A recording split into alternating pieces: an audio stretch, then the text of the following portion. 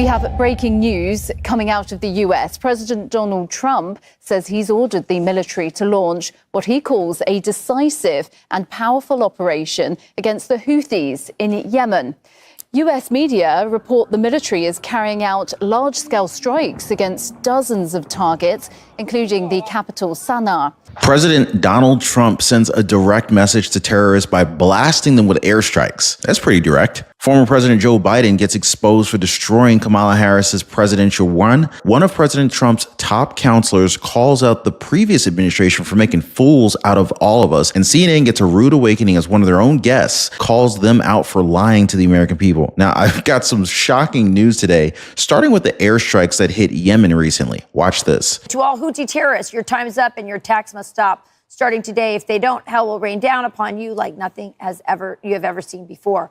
Joe Biden's response was pathetically weak, so the unrestrained Houthis just kept going, funded by Iran. The Houthi thugs have fired missiles at U.S. aircraft and targeted our troops and allies. These relentless assaults have cost the U.S. and the world economy many billions of dollars, while at the same time putting innocent lives at risk. And as you spoke to somebody earlier in the previous hour, Joey, this is not just about American interests. This is about global shipping interests throughout the Middle East.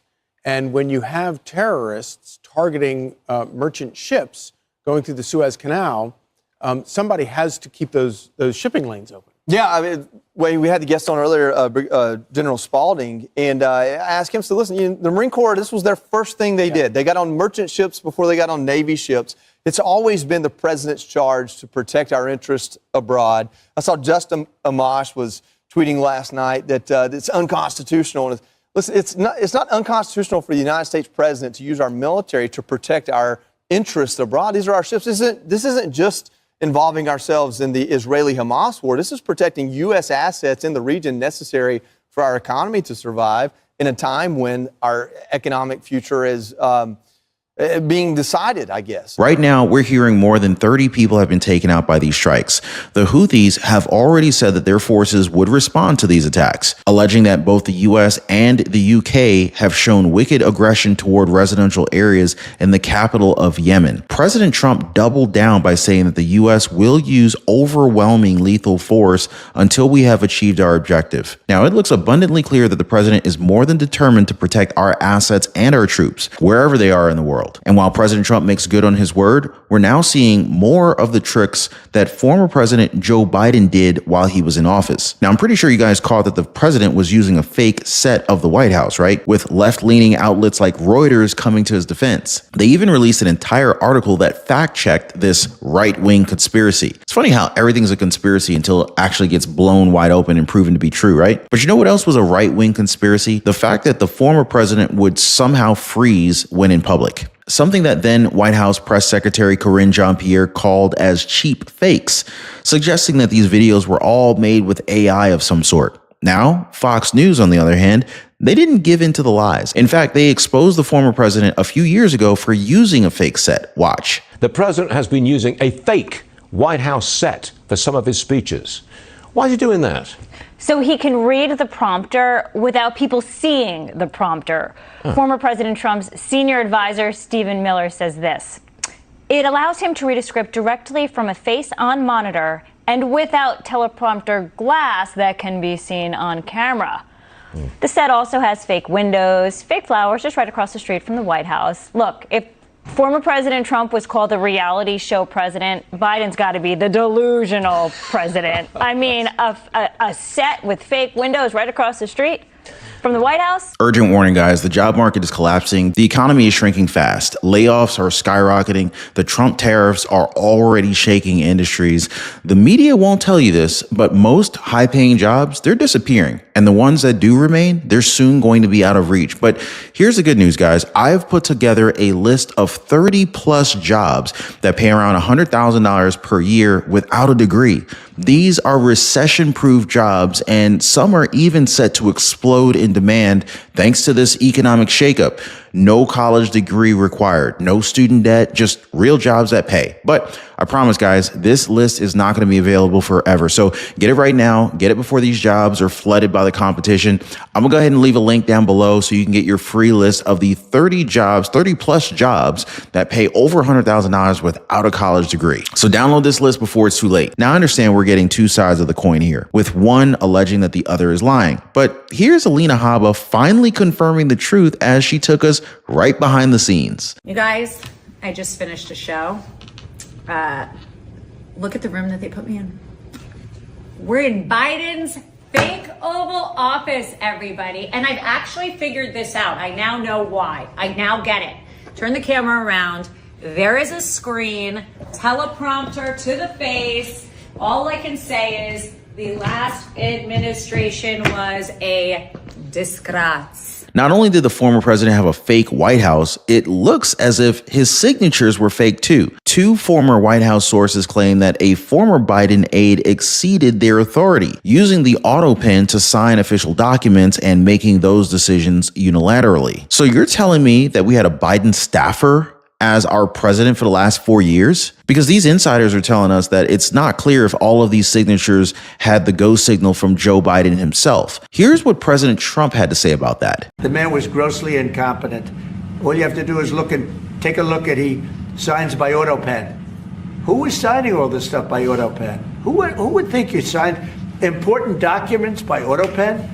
You know, these are major documents you're signing. You're proud to sign them. You have your signature on something. In 300 years, they say, oh, look, can you imagine? Everything was signed by auto pen, almost everything. My question here is, would it deem his preemptive pardons null and void at this point? What about his many executive orders? Because we don't even know if he himself signed those or was it auto-penned as well. Now, if you're asking what he was involved in, it said that he was greatly involved with former Vice President Kamala Harris's presidential run. We heard rumors and we saw for ourselves how Joe was seemingly getting in the way of Kamala Harris, even throwing Kamala Harris under the bus when it came to unpopular policies. And it's now been revealed that he did it on purpose. Watch. Kamala Harris was supposed to be the Democrats' savior, but her campaign fell apart.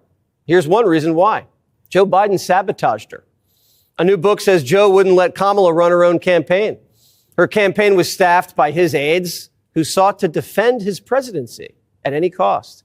And the day of the debate with Trump, Biden gave Kamala a call. It was an unusual kind of pep talk and another reminder about the loyalty he demanded. No longer able to defend his own record, he expected Harris to protect his legacy.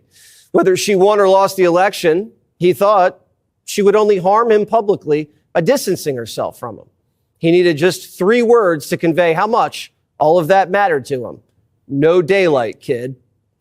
Kamala needed a firm message, but after flopping an interview sitting next to little Timmy, her team decided all she needed was a firm chair. Quote, for the rest of the campaign, her team required that she be provided a chair that met certain specifications. Leg height, no less than 15 inches. Floor to top of seat height, no less than 18.9 inches. Wow. Arms on chairs may not be very high. Arms must fall flat at a natural height. Chairs must be firm.